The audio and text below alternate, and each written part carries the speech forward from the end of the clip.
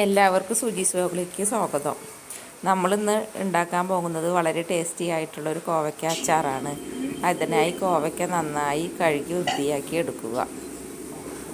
ഇതിലേക്ക് വേണ്ട ഇൻഗ്രീഡിയൻസ് പച്ചമുളക്, വെളുത്തുള്ളി, ഇഞ്ചി. ഇതിലിപ്പോൾ ഞാൻ എടുത്തിരിക്കുന്നത് മാങ്ങ ഇഞ്ചിയാണ്. സാധാരണ ഇഞ്ചി എടുക്കാം.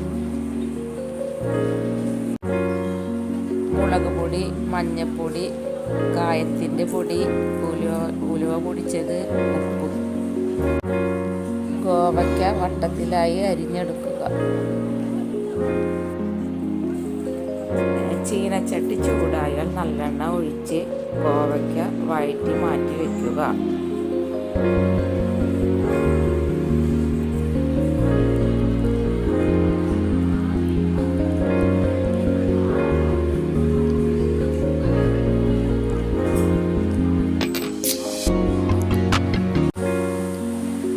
പാകത്തിന് എണ്ണ ഒഴിച്ച് ചൂടായാൽ ഉലുവ ഇടുക.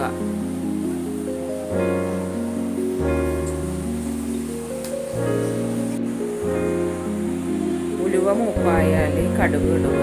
കടുക് പൊട്ടിയതിന് ശേഷം ഉണക്കമുളക് ഇടുക. ഉണക്കമുളക് മൂപ്പായതിന് ശേഷം വേപ്പില ഇടുക. വേപ്പില ഇട്ടതിന് ശേഷം വെളുത്തുള്ളി, ഇഞ്ചി, പച്ചമുളക് ചതച്ചത് ചേർക്കുക. കുറച്ച് നേരം പച്ചമുളക് മാറുന്ന വരെ വഴറ്റുക.